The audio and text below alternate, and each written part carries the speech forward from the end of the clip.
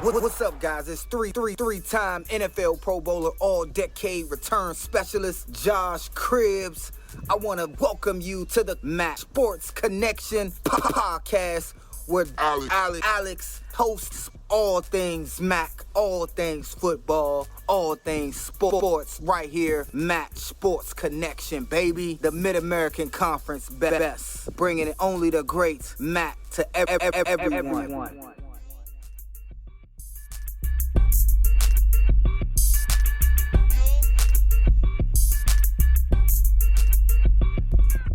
All right, everybody, welcome back to the Mac Sports Connection podcast, part of the Varsity Podcast Network, presented by Learfield.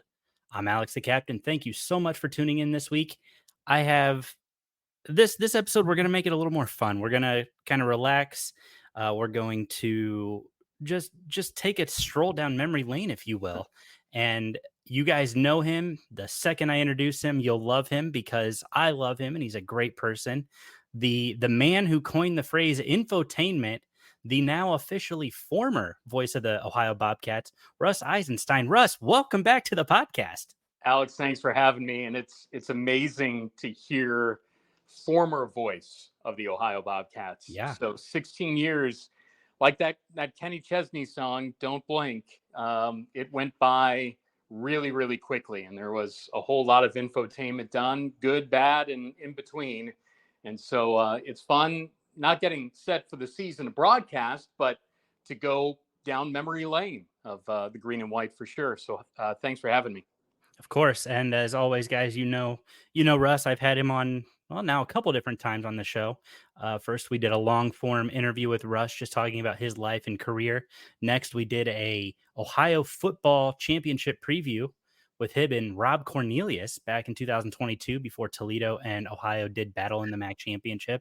And then just a couple weeks ago, I saw you at Media Day. We chatted it up a little bit, and you guys will hear that prior to this. So I don't need to really recap that too much, but 16 years, sweet 16, whatever it may be. Russ, you mentioned like that Kenny Chesney song, Don't Blink. Probably didn't do too much blinking in some of those spectacular moments you got to share with the Bobcats. Yeah, and we can. This can run as a standalone if you want. You know, the deal that we taped at Mac Media Day, that was prior to the announcement, prior to me making the official decision that I was going to step away and try to pursue other things in broadcasting in life. So we don't need to give them more me than they want. But I appreciate you having me to talk about the past, and we can talk about Ohio football too, because sure. I think it can be an exciting year with a whole lot of different names that folks are going to get to know as the season goes along. But yeah, it was burning the candle at both ends.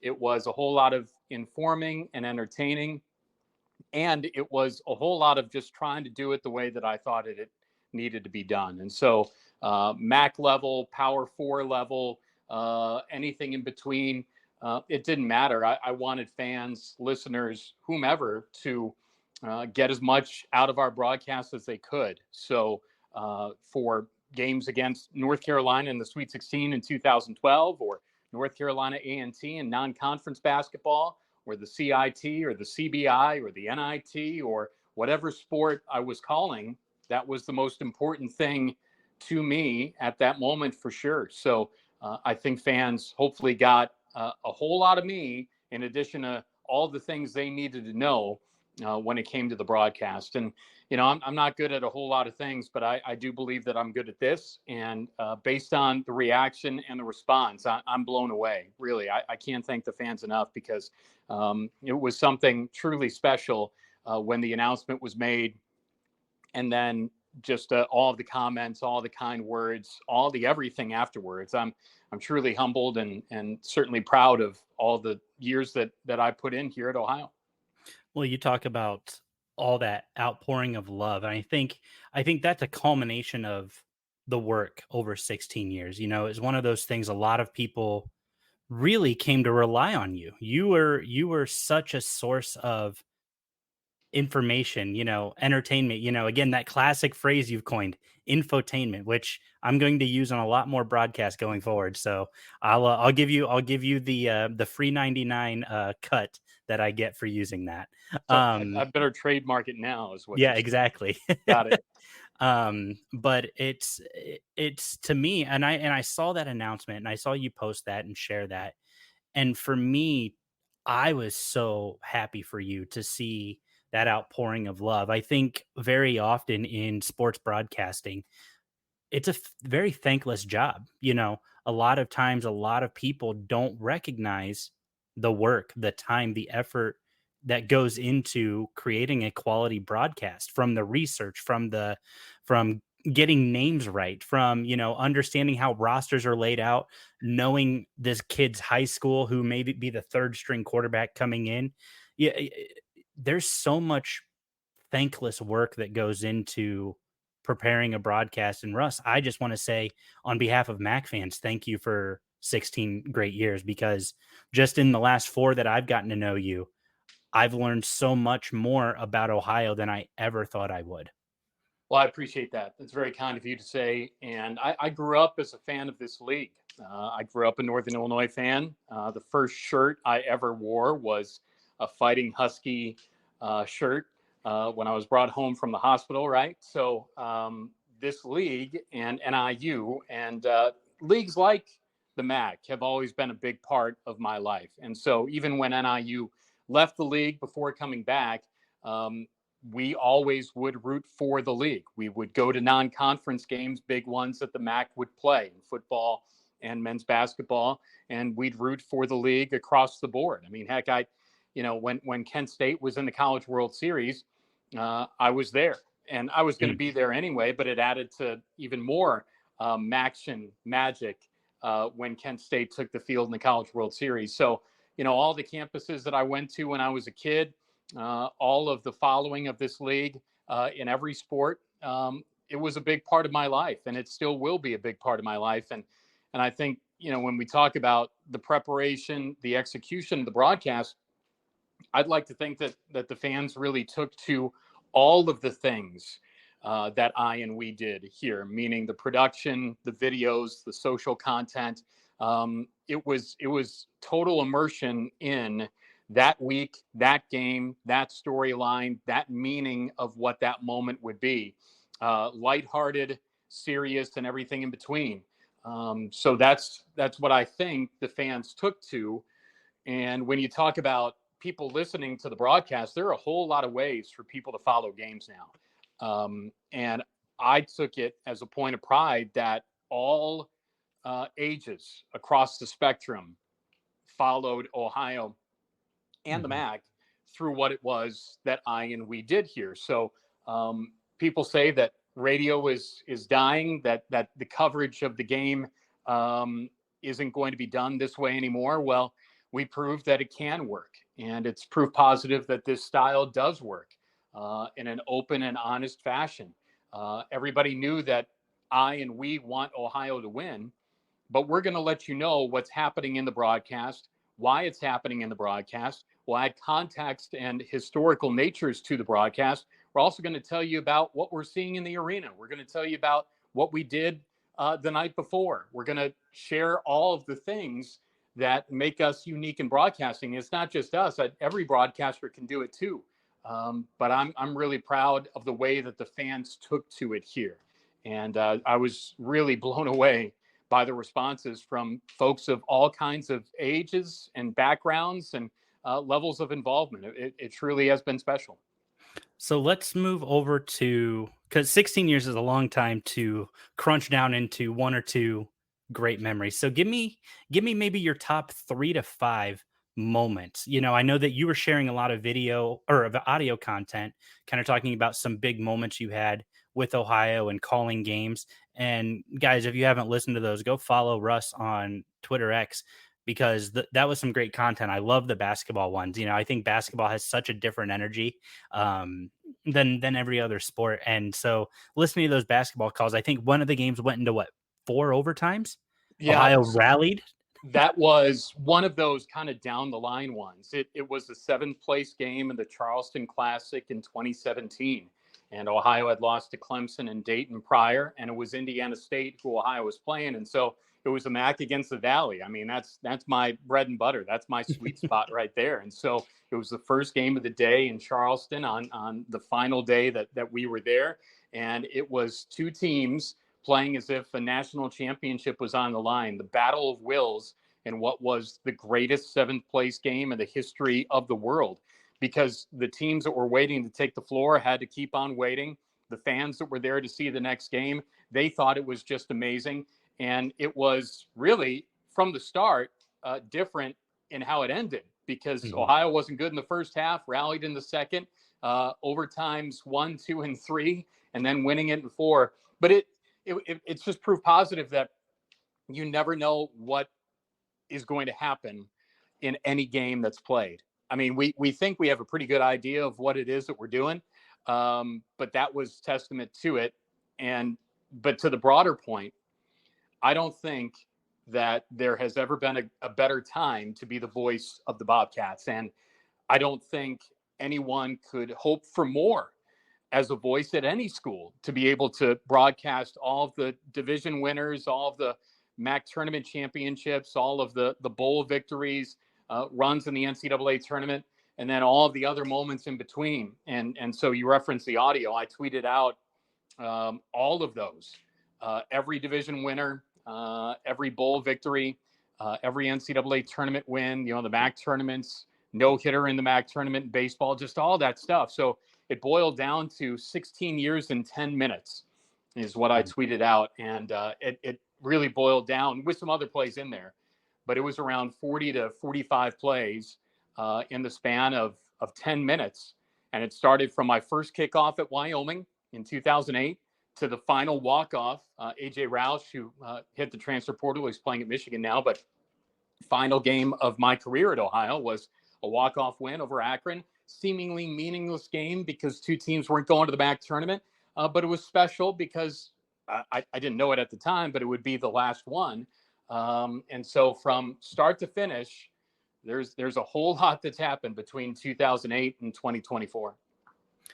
That let's run it all the way back to that first game at Wyoming. Let's run that back.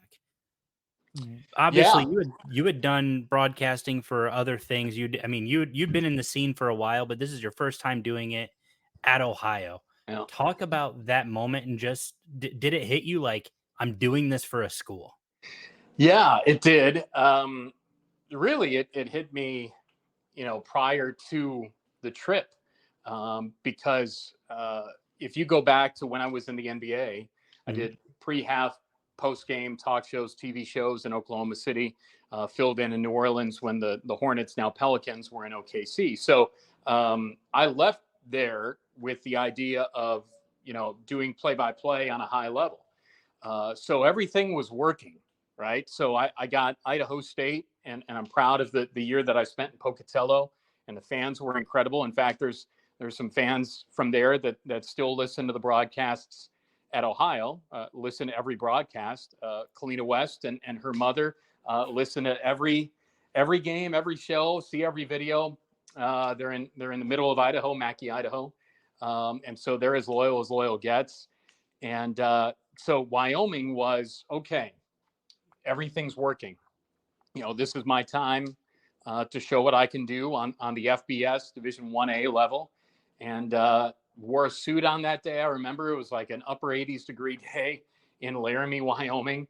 And I sweat through my suit, and Ohio lost a really close game. Oddly enough, there was a fuel spill on the runway after we bussed down to Denver after the game. So it was a really, really long wait to come back home, but it was the start of it. And that 2008 team, they were pretty good. 4 wins for Ohio, but they pushed some teams, they pushed Wyoming and Northwestern and Ohio State and Central Michigan. It was a good Central team that year. So that first year, Theo Scott was the quarterback. Chris Garrett, who won a Grey Cup championship in the CFL. I remember a lot of those guys. And I think that they were really good. And I thought we were pretty good as a broadcast team, Rob Cornelius, Jamie Baker, and we were off to the races. That's and I think that's incredible, right? You get this opportunity to do this at the highest level in college athletics, FBS, Division 1A, whatever people want to call it. Some people still stick with 1A, 1AA, whatever. But I think from there, you got to see yourself grow. I think so many people, don't recognize that you don't stay in professions long if you're not willing to grow. And I think for you, based off conversations we've had, there was a lot of growth from day one, and every day it was find a new way to do something a little bit better. Do you feel like that was pretty accurate? Yes, I had to introduce what I thought would be the way to cover a team from the start. So, like the pregame show, that's the same template that I had at Idaho State. I know it like the back of my hand. I mean, it's absolute memory of the segments on open one and to rewind segment and scores to the other mic segment to a breakdown segment with Rob, and then the second open, and then the clinic on the opposition that we put out, and then more scores and starting lineups, and then coaches interview, and we're off to the races. And that's 60 minutes, 20 minutes thereabouts of pre-prod that we tweeted out. So every week was a new challenge to find a clever way to let fans know about the storylines, clever way to introduce players to them and hear their stories, and just try to put the production piece together and that puzzle at the end of the week. So to your point on trying to do it better, on try to grow and all of that, every week was growth. Because every game presented that opportunity, be it on camera or on the mic or with pre-production or all that. So that was an important thing for me to set that standard, to keep the standard going and growing. And it turned out to be a product that a lot of fans took to. Now, I'm a better broadcaster now and a better person, I hope now, than I was in 2008. And that's all about growth and appreciation in a better way of the people that are around you, and also thinking about others maybe more so than yourself. And through 16 years, there's been a whole lot of introspection and reflection and growth when it's come to broadcasting and my life as well. So let's talk about some of the coaches that you've gotten a chance to know. I mean, you got the opportunity to do the coaches show with legendary coach Frank Solich, Hall of Fame coach Frank Solich, a man who has a football field named after him. I mean, what an icon. I mean, how cool is that to have that relationship? It was really something that, looking back on it now, I don't know if I appreciated it as much as I should have at the time. Now, I was in awe for sure of all that Coach Solich had done and was doing, and knowing that he had forgotten more about football than I'll ever know. But the other important part there is that I do know about football. I do know about broadcasting, and so I think in the questions that I asked that were refined a little bit over the years and learning from him, I took an already pretty good knowledge and I got to be even better.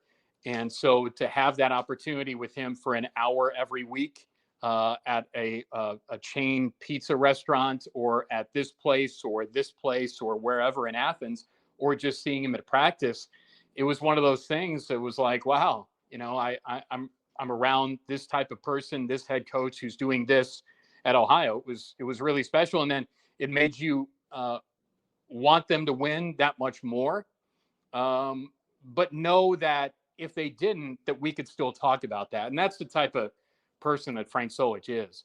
I think that as we started to get along in our relationship, he understood me a little bit more and what I was about. And I understood him more and what he's about. And it turned out that he was the winningest coach in MAC football history. He's in the MAC Hall of Fame, and he's soon to be in the College Football Hall of Fame. So that's a whole lot there to be around for as many years as I was. You got to, moving to basketball, you got to be around John Gross for a little bit. Obviously, he's now at Akron, and of course, now you're familiar, kind of getting to see him move from Ohio, coaching that phenomenal 2012 team. Yeah. Just talk about that experience. Talk about getting to know him a little bit. John Gross is a very good man and a very good basketball coach, and someone who, from the start, I was 28 at the time, and he was a young head coach, and I was very, very headstrong in the way that I wanted to cover the team. And looking back on it, I appreciate the fact that he allowed that to happen, that he let me cover the team that way and ask the questions that I did. And there's a pretty good shot of he and I at center court at the Edward Jones Dome in St. Louis for shoot around the day before. Ohio and North Carolina in the Sweet 16, and we're just having a really good laugh. He said something, I said something, we both just kind of cracked up. But to cover his teams through 2 trips to the NCAA tournament, one was unexpected, started with an overtime win at Ball State in 2010 at the on-campus, and then rolling with Armand Bassett, dunking it down, and Ohio dunking past the Zips to get to the NCAA tournament and beat Georgetown. Then in 2012, that team, I think most people expected to win. And that was the difference. So we spanned the spectrum of expectations with John and his team and this program and how it grew. So that was pretty cool. But that 2012 run, I knew it. If they got past Akron and got a good draw in the NCAA tournament, that team of DJ Cooper and Walt Offit and Nick Kellogg and Ivo Baltic and Reggie Keeley and Stevie Taylor and TJ Hall and some of the others, that they could win in the NCAA tournament. And the draw was Michigan, then it was South Florida. And when I saw that, I thought this can happen. And it did. It was OU, oh yeah, and then meet me in Sweet Louis, and they nearly went from sweet to elite. It was an overtime loss to North Carolina. And that trip from Cleveland to Nashville to St. Louis, that probably was as good of a 3-week run that anybody in the MAC can ever have. I think it's really interesting. I remember at the time, Michigan, under the tutelage of Brady Hoke in football, was doing they were just calling Ohio State Ohio, Yeah. beat Ohio. And I remember Bobcat fans turning that on its head. Yeah. And saying Ohio beat Michigan and I remember how sweet that was as a Toledo student at the time to look at that and say, man, that's so cool to see the MAC stepping up and knocking down Michigan once again. And that was part of the call at the end of beating, Trey Burke in Michigan was OU, oh yeah.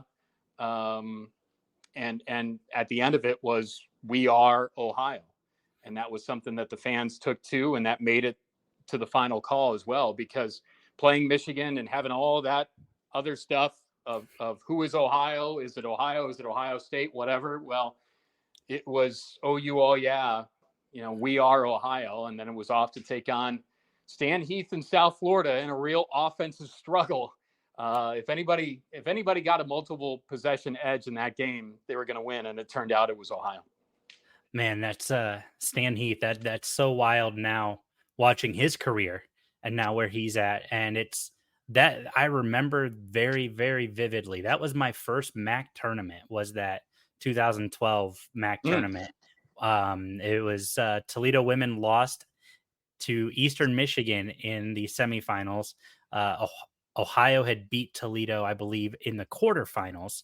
I could be very wrong on that. That was a few years ago, but that was, I remember kind of taking all that in as a member of the band for Toledo, and just kind of looking at this, saying, this ain't Division III anymore. I had just transferred from Ohio Northern, and it was a massive step up compared to what I had been used to. Yeah, and so then everything kind of changed, because obviously on this level, if you get to the Sweet 16 and you get to multiple NCAA tournaments, you have a chance to challenge yourself in a coaching profession and try to benefit your family based on what it is that you were doing. And so when I boarded the plane after Ohio lost to North Carolina in the Sweet 16 in overtime, that's when we knew that everything was going to change. And nothing to be mad about. It was a heck of a run. And then John went on to Illinois and then on to Akron. And the cool thing about John too is it was my 500th men's basketball game at Ohio this past season. And that was that was really special. My parents were in town, the Ohio Learfield office, Matt Moldy and Nathan Green. They were so nice and doing a lot of things with Ohio athletics, but Ohio had won that game. I did that with Rob on ESPN Plus, and John took the time to come over after the game and have a word. They had lost. It was a road loss to his former school. And as he was going over to visit with Scose and Dunn on their radio, he stopped by to say something. And that just says a lot about who John Gross is and the type of person he is. And what he did here should never be forgotten. And Akron is darn lucky to have him. And Dustin Ford and Mike Allen, who was the point guard on the first Ohio team that I broadcasted here. So there are a lot of Bobcats in the Rubber City for sure. It's I think too, it also is a testament to your ability to have relationships with so many great people. Obviously John Gross, salt of the earth human being, but I think it's a testament to you because that shows that you have the ability to have these great friendships and to show people that you genuinely care about them. I mean, I've seen that just personally and the relationship we've had, and just I think that's a huge testament to the kind of person you are. Yeah, Russ, that 2012 team, again, such a magical run, just incredible players all across the board. John Gross, as we both mentioned, now at Akron after his stop at Illinois.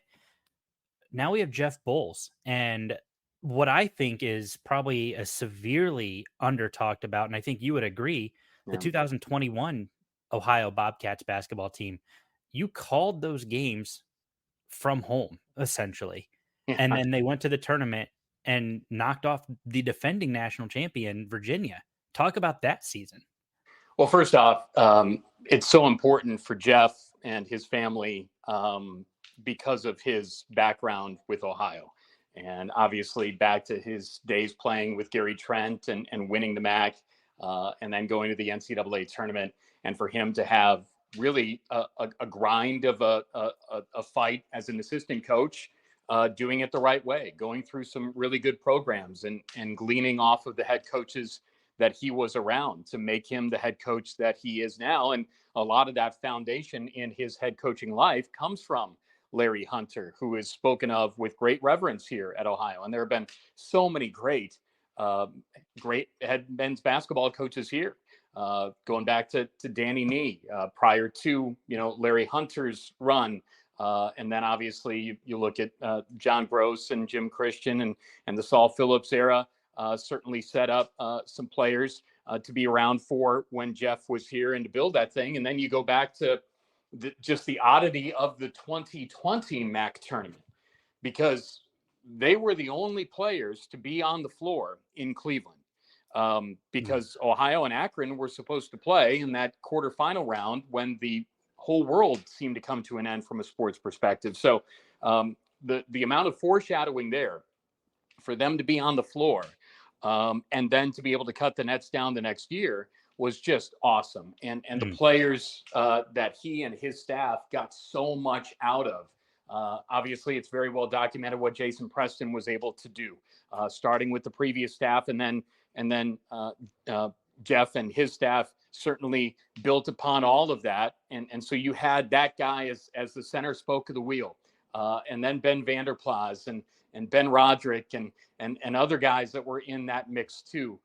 It's hard not to name all of them when you talk about that roster, but yeah, that was a special time, and no one really knew it at the time, but Ohio had to deal with COVID infections and positive cases prior to going to Cleveland, and thankfully everybody was okay. But that gave Ohio a little bit of a pause that nobody else had going into Cleveland, and so Ohio certainly capitalized off of all of that. And then came the championship night, and unfortunately we couldn't be there. We were in most of the arenas, all the arenas prior to the MAC tournament, but through the MAC and the arena, that was not allowed. And so we did our best at broadcasting off of monitors and the scoreboard at the Convocation Center. And so we talk about sports and all the emotions of everything, and being a fan, the emotion comes out from all the other aspects of our lives. and that happened when we broadcasted, Rob Cornelius and I, just all of the emotion and the passion and how weird the year was prior to that just seemed to erupt in this wonderful painted green and white moment. And Ohio won and blew out Buffalo. The team celebrated in Cleveland, and we celebrated at the Convo too. I still have the net that we cut down from one of the side hoops. I cleared it with our facilities guy, Jason Farmer. I asked, hey, you know, if Ohio wins this thing, can we cut the nets down? And he said, yeah, sure, that's fine. And so we did, and we did it right. You know, we wore shirt and tie to broadcast that game, and I don't think I ever had a more emotional moment on the air based on everything. There were a couple of big time plays in that game. And then, you know, the final call was they've come through COVID and they cut the nets down and the Cats wear the crown in Cleveland or something to that effect. And that team to be able to go to the NCAA tournament and just, it was unfortunate from Virginia's perspective that they had to deal with some COVID issues prior to getting there. And so they were the last team to arrive, and they didn't have much of a practice time prior to that. And Ohio was feeling really good, and it was down in Bloomington, and we were, you know, 2 of 500 people in the stands in this massive and historic arena. And Ohio did bust through the bracket and chomped down on the defending champs, and they vaulted past Virginia. That was the final call. And so to Jeff and his staff and those players, we talk about my career and setting up great moments for me and us to call. Yeah, I'm very thankful to Jeff and his team for allowing us to do that. And then broadcasting at Hinkle Fieldhouse was pretty cool too in the next round. And that was something my dad wanted to do when he was a broadcaster in Indiana and didn't get the opportunity to do it.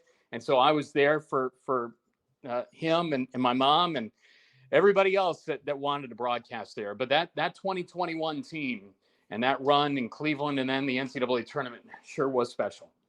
So, Russ, I just wanted to ask, kind of in that segment, you mentioned doing the broadcast right, wearing a shirt and tie. Yeah. In the Convocation Center, again, away from the tournament itself, tell the people at home why that's important for you to do it right, even when nobody saw you, when you weren't going to see anybody. It was you and Rob Cornelius in just in the arena. Why was that important to you to do it the right way, as if you were in Cleveland? Do it the best way possible. Do it the best way for yourself and for everybody involved. You know, it was one of those moments and one of those broadcasts where it felt like, well, we're not there, but we need to act as if we are there. And we had a wonderful sound mix through the work of the folks in Winston-Salem. So if you listen to the highlights of that game, it felt like we were there. And the goal mics and the floor mic and even the crowd and the mics that were on the benches, it sounded like we were there. And it sounded like a big time college basketball broadcast because it needed to be. And it was. And so wearing the shirt and tie like we did. And of course, we posted on Twitter and whatever, our broadcast position and what we were wearing that night because we wanted fans to see it too, because we knew it was special for everybody involved. And we needed to do our best to infotain at a MAC championship level and then on into the NCAA tournament too. We're going to switch gears a little bit to baseball. Sure. Baseball is one of my favorite sports. Football, of course, probably takes the cake on that, but baseball is one of my favorites. And Bobcat baseball has not exactly been the cream of the crop, at least since I've been following. Any big moments that you can recall covering Bobcat baseball? Without a doubt. And the first thing is, you know, when I got here, they said, well, we have students that broadcast the games. I said, well, they could do it with me, but doing baseball is kind of important to me. It's what I do. And so I did a couple of years, 3 at Southern Illinois and 2 at Illinois State, Illinois Wesleyan. I did 2 years of minor league ball in the Eugene, with the Eugene Emeralds. And so I jumped at the chance to broadcast, you know, Joe Carbone and the Bobcats here. And so they went to their last NCAA tournament in 1997. And then in 2015, they went from worst to first, from a very low win total to a very high win total. And so that 2015 team, a lot of guys, Tyler Wells, Mitch Longo, Connor Sitz had a no-hitter in that MAC tournament. It was the only no-hitter to that point and since in MAC tournament history. And so I got to call that, and Ohio went to the tournament in 2015. And that proves that the broadcaster jinx does not exist, because I talked about the fact that Connor had a no-hitter going from the fourth inning on, and it still happened. Can you believe that? Oh my gosh. And it was done with the strikeout on the final out, and they went to the tournament in 2015, and that was at Illinois. Illinois had a great run that year, and so it was Ohio in the NCAA tournament at the U of I. My parents were down there for that, and my mentor, former voice at SIU, was there as well. And then 2017, that team, if it was unexpected in 15, it was a little bit more possible in 17 because they'd done it before. But both teams that went up there, they didn't lose in Avon. There was never a must-win game. Ohio ran the table in 15 and 17, and then it was down to Lexington for the NCAA tournament, which there have been a lot of MAC schools that have gone to Lexington for the tournament, most recently Ball State and Western Michigan.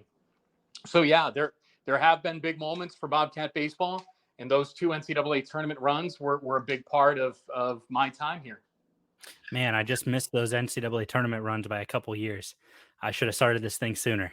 Yeah, and really, if you look at Bobcat baseball, they're one of a couple of programs in the MAC that have gone to Omaha. And legendary head coach Joe Carbone and a guy named Mike Schmidt, they went there, and it was pretty cool. I got to interview Mike Schmidt when he came back to Athens, and that was it's on YouTube. I think maybe 2015, 16, something like that.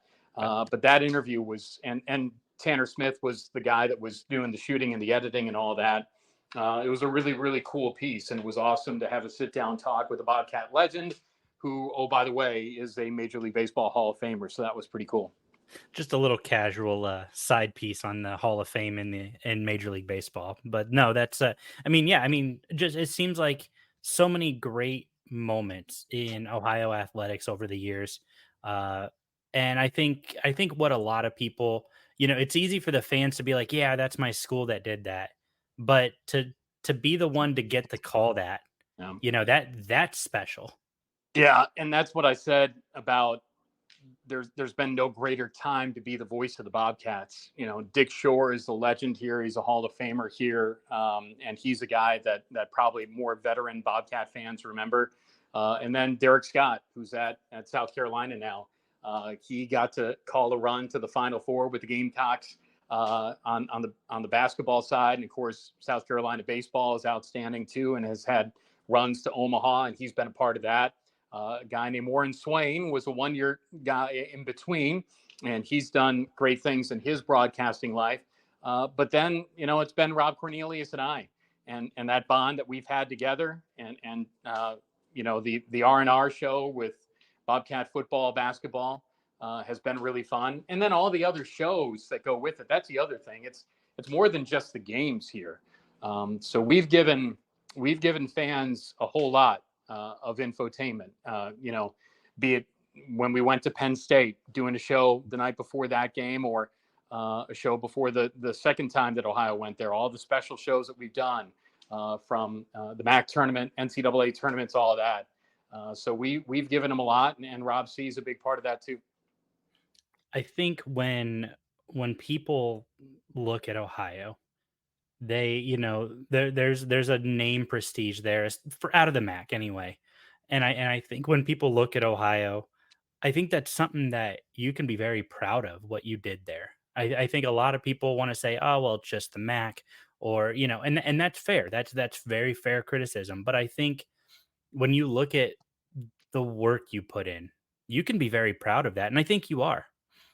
No doubt I am. And because it resonated with the fans so much. I mean, that's the most important thing. It hasn't mattered to me if there are 500, 5,000 fans that are listening. I'm going to give it my absolute best if I'm broadcasting outside of the press box at Eastern Michigan in baseball, as I would broadcasting at a bowl game in Boise or in the Bahamas or wherever we are in football, and then in the NCAA tournament in basketball. So it really, to me, hasn't made a difference. I'm going to give it my absolute best. And the fans, I think, have taken to that because I hope they appreciate and respect the way that I covered the team. The fans know that I want Ohio to win always, but I'm going to let them know what's going on no matter what. And that's something that I think shows proof positive of what can be done with this style of broadcasting. And during this time, it's been special to be here. You talked about your mentor from SIU, Mm-hmm. and how cool was that to be able to finally call him a colleague? I mean, I'm sure there was still that mentor mentee level in your mind, but to be able to say, yeah, we are now colleagues, that had to be a pretty special moment. Yeah, I never really thought of it in that way. I mean, Reese is always going to be Reese. And Mike Reese is at the top of the stack. He was given the Durham Award in North Carolina with a National Media Association just this past summer. And Sean Kelly, the voice of the Florida Gators, who does work with ESPN Radio. And he was the play-by-play voice of the Hornets and then Pelicans during my time there. So Reese has impacted so many lives. And he is a Hall of Famer of Hall of Famers. And for him to teach me and show me the way, and oftentimes not tell me what I want to hear, but what I need to hear. And the fact that he went on in his career to be honored as he has been, and to be so synonymous with the program. You know, SIU and Mike Reese, I mean, that's hand in hand. I mean, he is a Saluki. And he is the Saluki in a lot of senses. You know, you look to a lot of the great players and great moments at SIU. Well, Reese has called them, and he's done it in a professional way. And he said it. You know, if folks are listening in SIU games and he was doing them, he wanted them to know that it was a professional sounding broadcast, and not just on the Missouri Valley Conference level, but on any level. And so, yeah, for him to be able to listen to me during my time here and still be able to give me some words of wisdom and whatnot, that's pretty special. And I'm glad that he's been honored in the way that he has, because he deserves it.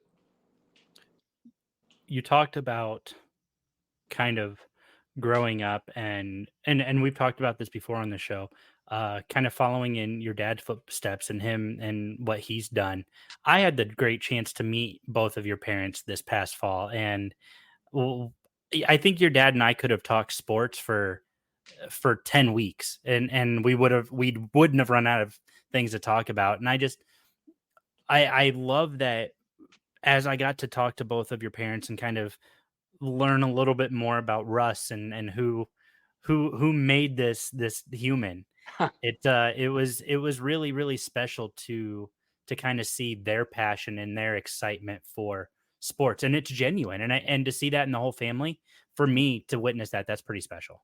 Yeah, I don't know how a lot of other broadcasters were born and raised, and I know that there are legendary broadcasters that with their father or their parents that got to be around the game or around broadcasts and all of that, but for me, I don't think I could have been brought up in a better way to be around the games, go to the campuses, go to the stadiums, take in all of that knowledge, all of that information. That was as perfect of an upbringing as you can have. And also to be level-headed about it too. Understanding the way that college athletics and sports work, the way that broadcasting works, from knowing how a radio network is put together to, having the information that you need to have and putting it into context, and knowing where schools were located, and just knowing all of the things, the conversations at home, listening to games as a family, driving to games with my mom and dad, being there for all of it. That was what we did. I didn't know any different. So, good thing I was a pretty good student, so I was able to take care of the things that I needed to. But still be able to go to games. I mean, if NIU was playing a big game in the 1990-91 season, we were going to be there.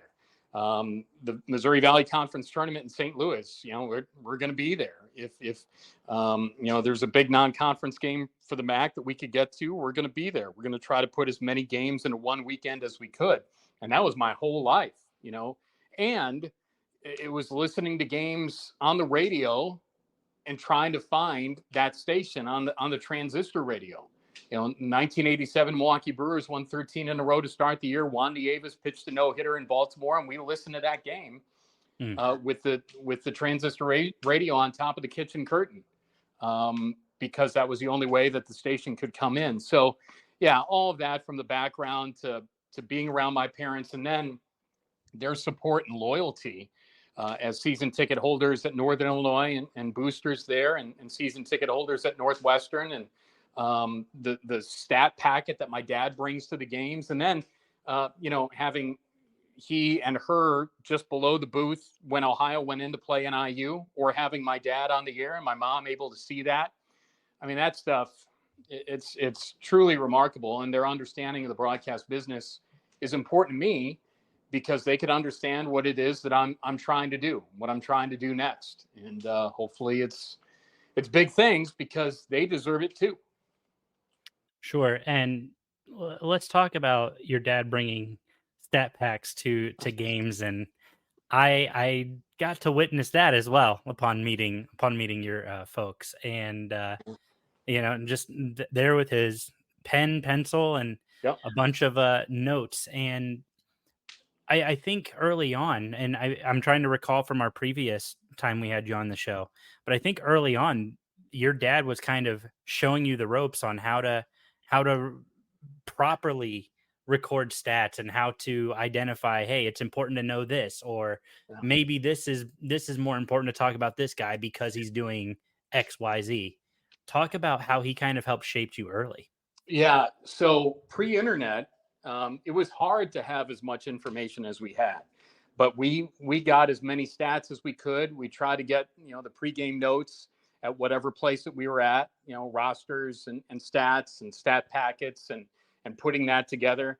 And now it's easier because you have the internet, and you can go to games and have all of that information if you want to have it. I miss the days of programs. I miss the days of printed tickets. I miss the days of printed out media notes for everybody, because now you can have all that information and be a really, really smart fan when you go to games. And from our perspective, it was going there for the game, not necessarily because of the tailgating and the whatever else. We were just there to see NIU play, even in some really bad years for NIU football. Heck, I mean, we were there when I was a student there, and NIU had a 23-game losing streak in football, nation's longest losing streak. And we were there on that day of a lightning delay and a thunderstorm and constant rain when NIU beat Central Michigan in the football season of 1998. And Joe Novak and the Huskies then built what they built in the program. So, yeah, we were there for all of that. And the stats were a big part of that, and how we saw games and how we sifted through the information. I mean, that's how I was brought up. And so people ask me often about how I prepare for a broadcast. Well, I prepare for it the same way that I prepared for it as a fan growing up. It wasn't, well, I'm preparing for the game now. No, that's what I've done all week, or, conversations about this, that, or whatever else. It's just a part of my life. So we're going to kind of wrap this up for the kind of everything else. Obviously 16 years at Ohio University, covering the Bobcats in all the highs and all the lows. What is the mark that you've hoped that you've left on that university as a broadcaster? The relationship that the voice can have with the fans here. That's the most important thing. That the fans know that they can trust me, that they can enjoy the information and the entertainment through all of it, through my eyes, through our eyes. And that's what I think I was able to build and keep built here.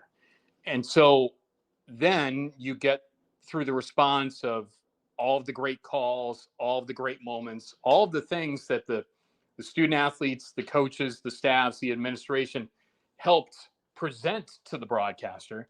Well, it was my job to be able to put words to those moments with some hopefully really good calls that will continue to live on forever here. So I was fortunate to be here at the time that I was, and that bond between the broadcast booth and the fans of all different ages, backgrounds, interest levels, monetary levels, doesn't matter. If I brought them closer to the program that they wanted to get closer to, I did my job. And so I think based on the response, that's something that I think that I'm the most proud of, that's what I and we did here through this style of broadcasting. And then everything else follows that. But if you have that as the baseline, if you have that as the foundation, then the infotainment can really fly. And that's what I think I was able to do here and we were able to do here. And hopefully that continues to be painted green and white for things that folks can stand up and cheer for here in Athens. I've always loved your use of alliteration, and I think there's a common broadcaster trope is using alliteration and finding great turns of phrase. Painting it green and white, of course, is a staple in your arsenal. But I like your use of stand up and cheer out of the Ohio University fight song. And Russ, I just got to say, I mean, 16 years, an incredible career with the Bobcats. Obviously, looking for the next chapter. This chapter is come to a close, and it's time to turn the page for a new one. And I'm excited for you. I got to tell you, it's having gotten to know you the last 4 years, almost 5 now. It's been my joy and my honor, and I hope that. And I know, rather, that our friendship will continue far beyond the borders of Maction, but it'll continue for the rest of my life. And I'm thankful for you as a person, as a friend, and like I mentioned at Media Day, as a mentor. It's been great having you in my corner as much as you've been, and I only hope that I've been able to be in your corner as much as I possibly could be. Well, I appreciate that, and I appreciate you spreading the infotainment as you have. And I think that what you have going is something that the league needs, that fan bases in the league need. Somebody that understands and appreciates and wants to know more about the history, but also have a good understanding of the present and have a good idea on the direction for the future. And so that, I think, is what you have done, what you are doing, and what you will continue to do. The followers from when you started to now will only grow. And I love seeing that the fan bases across the league have embraced all of that. And that's important for you and important for what you're trying to do. So hopefully great things for us both. And we'll see where it goes. Now, Russ, before we wrap this up, any advice for any broadcast students out there? I know I've got a few who are aspiring broadcasters who tune in, and any advice you might give them as they prep their journeys? You just got to give it everything that you've got, each and every time, each and every rep, on camera, on the mic, every game, every show, every piece of production that you put out. Do it the best way that you possibly can. And understand, too, that there are way harder things and more important things in the world than broadcasting a game. So if you have that understanding and you understand that this is supposed to be fun, then who knows what can happen. This is a really tough business because there are a lot of people that feel that they can do it, that are trying to do it. Salaries and movement and all of that kind of stuff, that's hard now. But if you really, really want it, you've got to give it everything you've got each and every time. And then hopefully you get some luck along the way. Folks, Russ Eisenstein, the now former voice of the Ohio Bobcats. I was about to say the voice of the Ohio Bobcats, but that's taken some getting used to on my end. Russ, where can people follow you on social media to stay up to date with your next journey? Yeah, it's just Russ Eisenstein on Twitter, on X. And that's pretty much going to be the way to do it because I don't have the shows or the games anymore for folks to hear as of right now. And we'll see. I'm 44. got a lot of things that I could do in my life and in broadcasting. So now's the time to see how high the infotainment can fly. So follow me along. And hey, hopefully this is a good year for MAC football, and hopefully it's a great year for Ohio. I think the Bobcats have some excitement here with a bunch of new players and a really good coaching staff and a manageable non-conference schedule. So hopefully the league can have some non-conference wins. Hopefully Ohio could take care of Syracuse and see what they could do at Kentucky. And maybe this is the year, the first time since 1968 that Ohio can win a MAC championship. But I'll be rooting for them along the way, much like I will for the rest of the MAC, and also rooting for you and your efforts too. Russ, I appreciate it. Thank you so much for taking your time to join me today here on the show. Guys, thank you so much for tuning in. Again, Russ Eisenstein, the former voice of the Ohio Bobcats. That's going to do it for us this week, guys. Please follow me along on social media if you haven't already. Inching closer to 3,250 followers. So we're slowly moving towards that 5K mark. And help me out. Help me get there. It's been a real joy bringing you guys Maction coverage here from the podcast. I'm going to dial it back a little bit as I'm continuing my work here at Heidelberg University, but going to still try to do the very best I can to bring you as much as I can. Watch for some more preview episodes here coming in the next couple of weeks. Please, again, follow me on Twitter, Instagram, Facebook, TikTok, YouTube, at the MSC podcast. I'm trying to be young and hip like all these kids out here with all these social media handles, but I got to tell you guys, it's getting to be quite a bit. All that said, guys, that's going to do it for us today. Thank you so much for tuning in, and I'll see you next week.